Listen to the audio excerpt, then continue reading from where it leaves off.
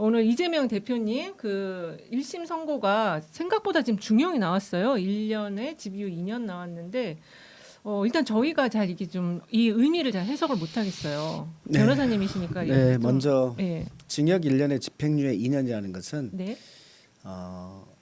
징역형인 집행유예 1년을 처하되 그 집행의 유예를 2년간 유예한다는 말이에요. 그래서 그 2년 사이에 또 다른 금고 이상형이 나오면 유예된 형을 다시 집행한다라는 것이어서 집행유예라는 것은 징역형입니다.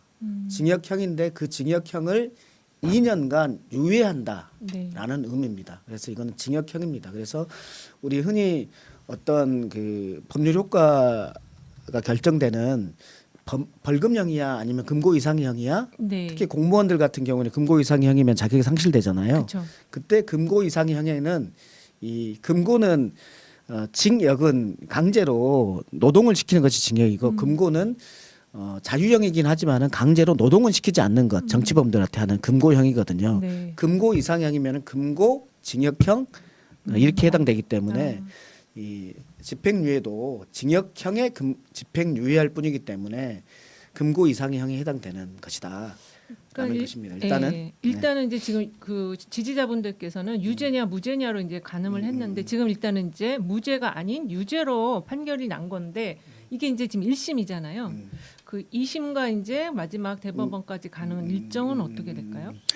일단 기본적으로 네. 이제 이거는 공직선거법 판단이기 때문에 공직선거법에서는 100만 원이라는 게 중요하다고 들으셨잖아요. 그렇죠. 예. 100만 원 미만이면 유죄이긴 하더라도 이 직책에 상관은 없다라는 것이고 100만 원 이상이면은 직을 상실한다라는 것인데 그 직이라는 것도 그 해당되는 선거로 획득한 직을 상실하는 것이기 때문에 네. 지금 해당되는 선거는 뭐였냐면 대통령 선거였고 거기에서 당선된 게 아닙니다. 그렇죠. 그렇기 때문에 그 직을 상실할 건 없는 거고 다만 이제 출마 향후에 피선거권 박탈과 관련된 부분들이 이제 남아 있는 거죠. 예. 그래서 지금은 징역형 부분이 핵심이 아니고 100만 원 이상이다라는 부분이 핵심인데 근데 징역형 나왔으니까 매우 중하게 나왔다라는 것이 지금 객관적인 사실이고 이제 뭐 이 재판부의 판단이 옳으냐 그러냐 이 부분들은 좀 자세히 지금부터 얘기합시다. 네. 네.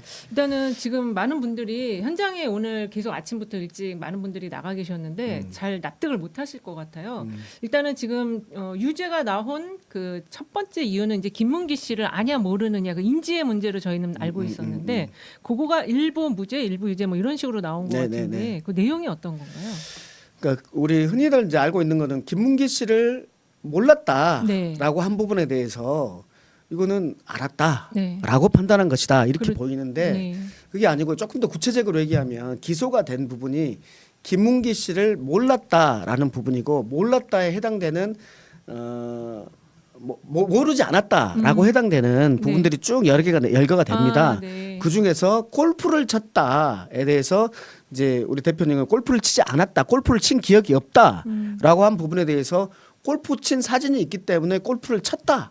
그 부분에 대해서 골프를 친 기억이 없다라는 부분에 대해서 골프를 치지 않았다고 당신이 주장한 것이고 골프를 쳤다는 객관적인 사진이 있으니 이것은 허위사실 유포다. 골프 친 걸로. 네, 골프 친 걸로 재판부는, 이렇게 된 거고요. 네. 다른 부분 같은 경우에는 김문기 씨를 몰랐다라는 부분과 관련해서 김문기 씨를 알았냐 몰랐냐 부분은 인식의 부분이지만 그쵸. 네.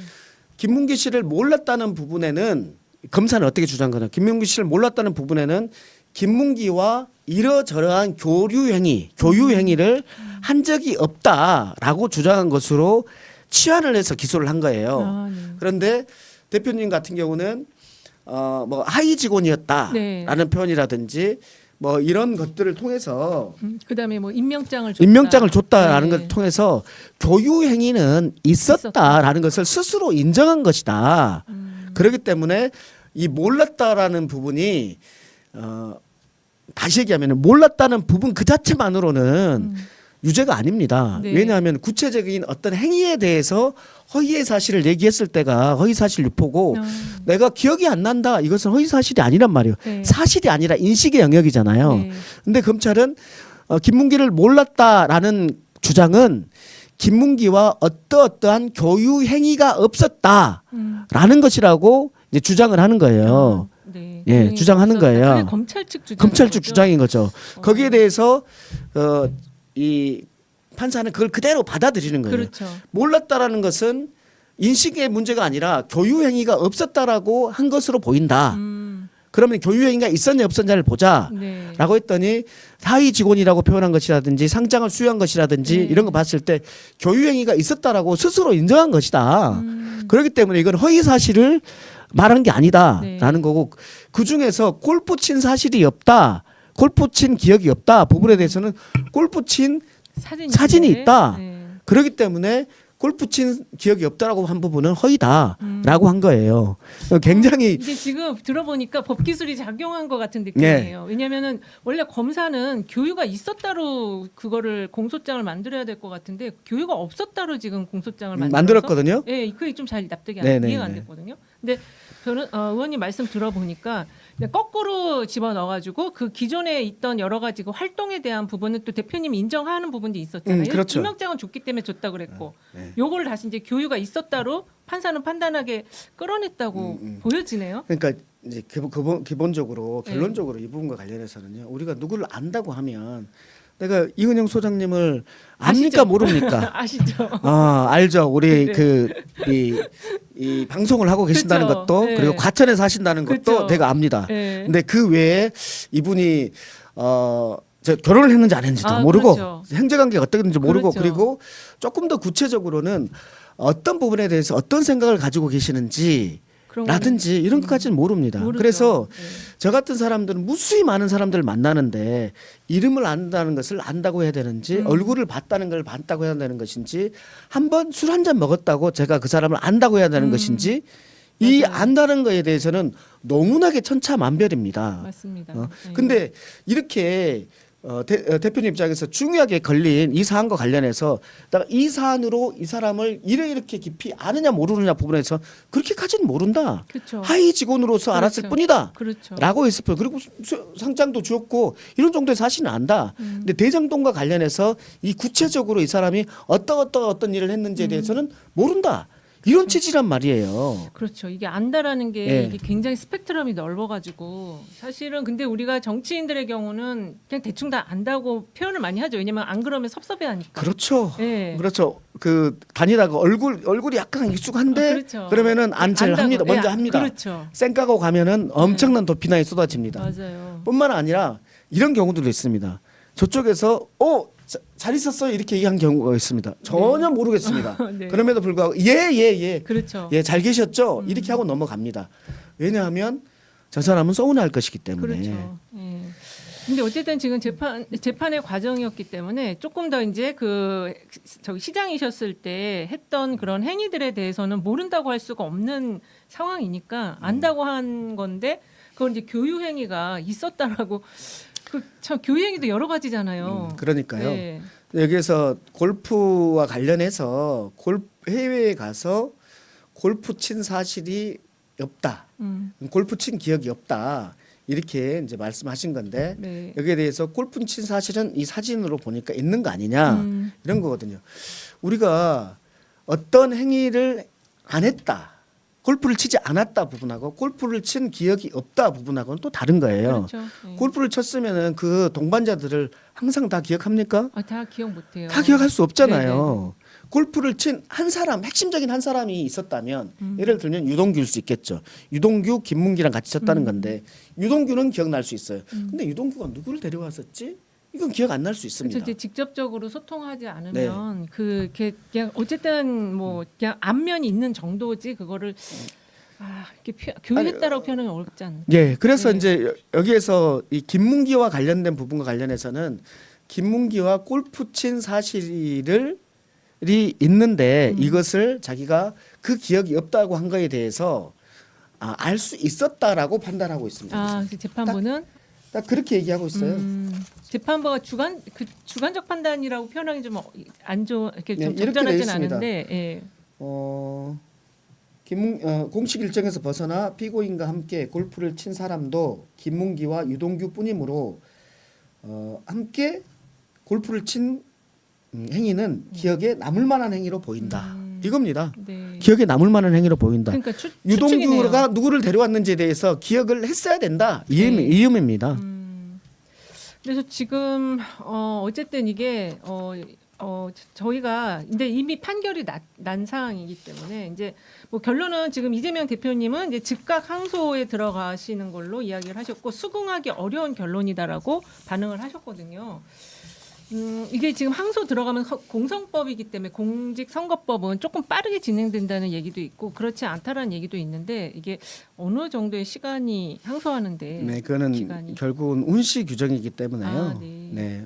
원래는 2개월 내에 다 끝내게 돼 있습니다. 각심을 2개월 내에 끝내서 대법원까지 6개월 내에 끝내게 돼 있는 것이 뭐 법률 규정이에요. 네네. 그렇지만 이걸 혼시 규정이기 때문에 지금 이거 자체가 2년이 넘게 끌어진 그렇죠. 거 아닙니까? 그렇습니다. 네.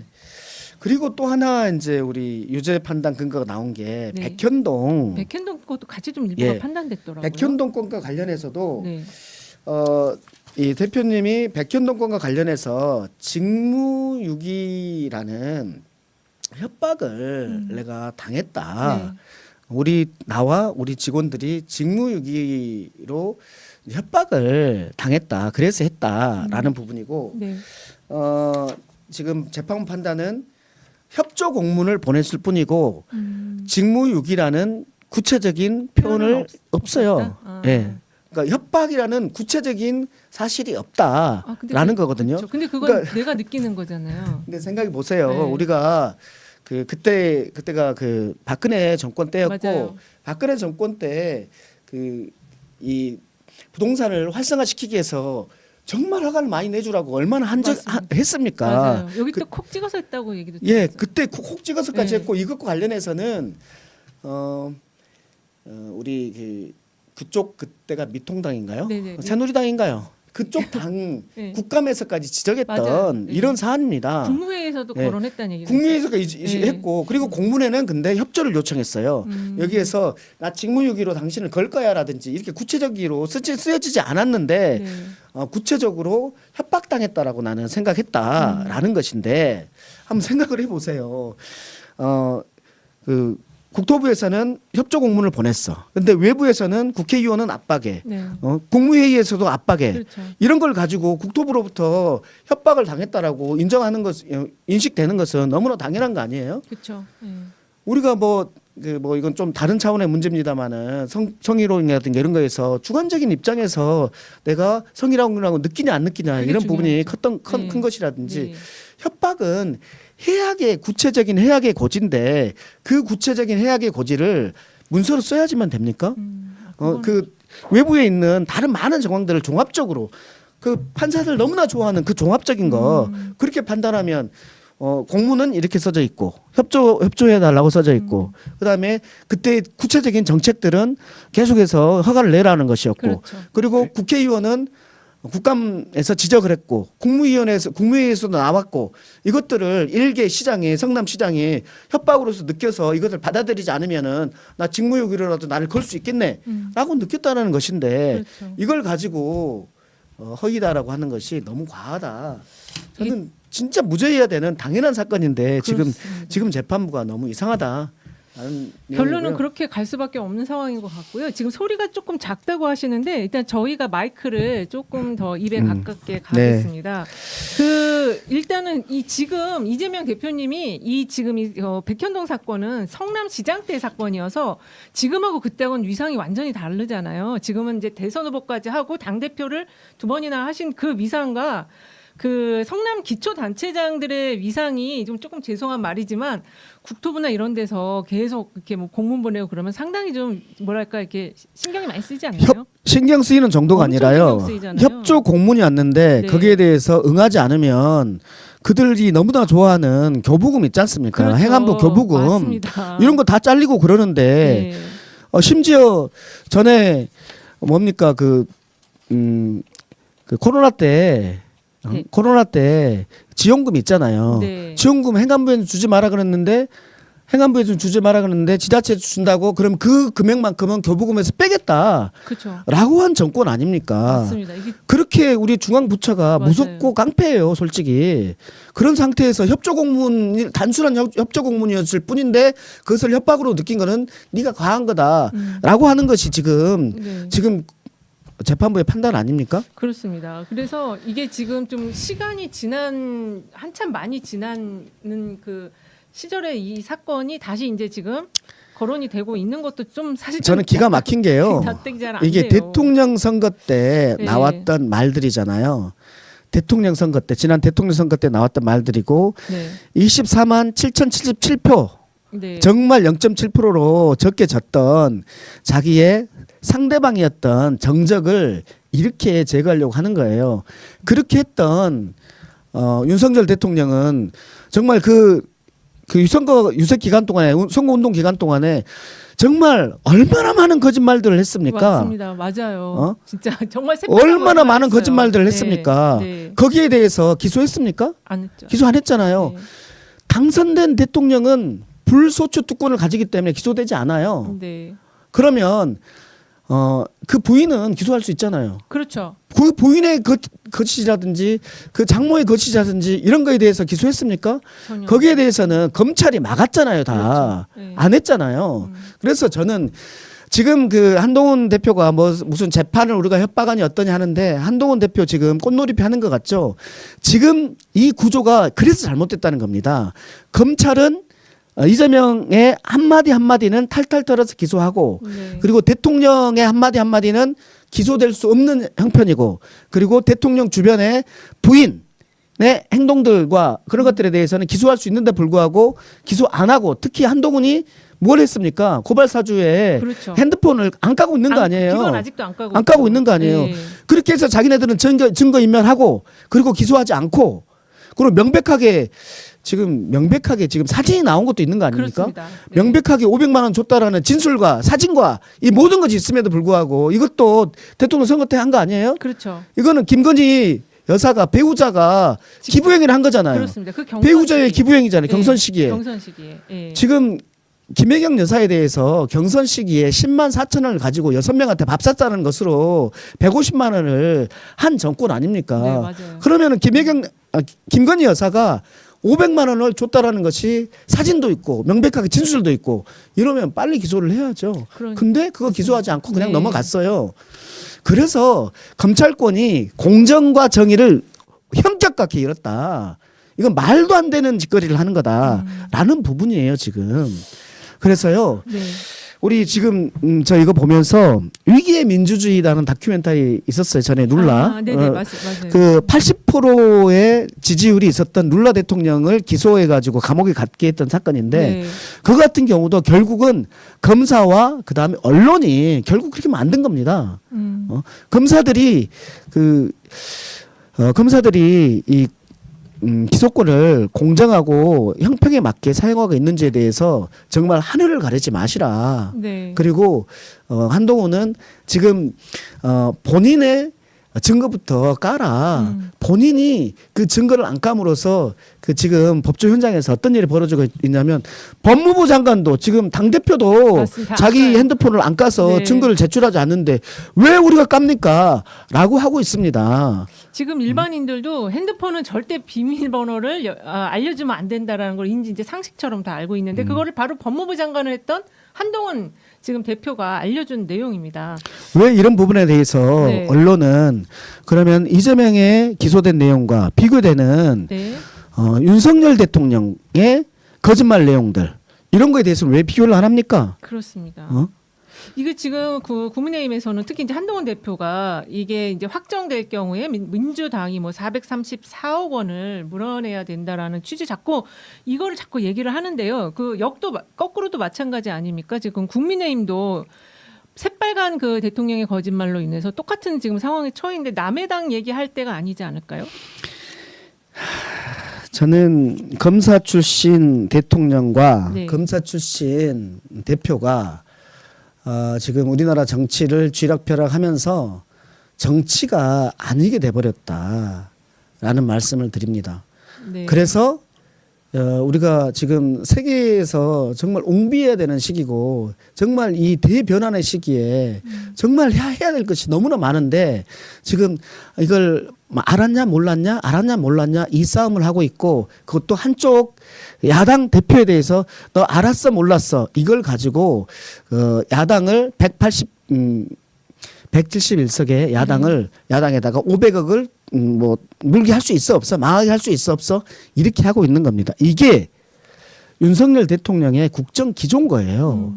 이 국정 기조를 가지고 지금 이 엄중하게 중요한 이 대한민국을 이끌어가고 있기 때문에 저는 국민이 불행하다라는 것이고 스스로 윤석열 대통령도 불행을 자초하고 있다라고 맞습니다. 보는 네. 겁니다. 네.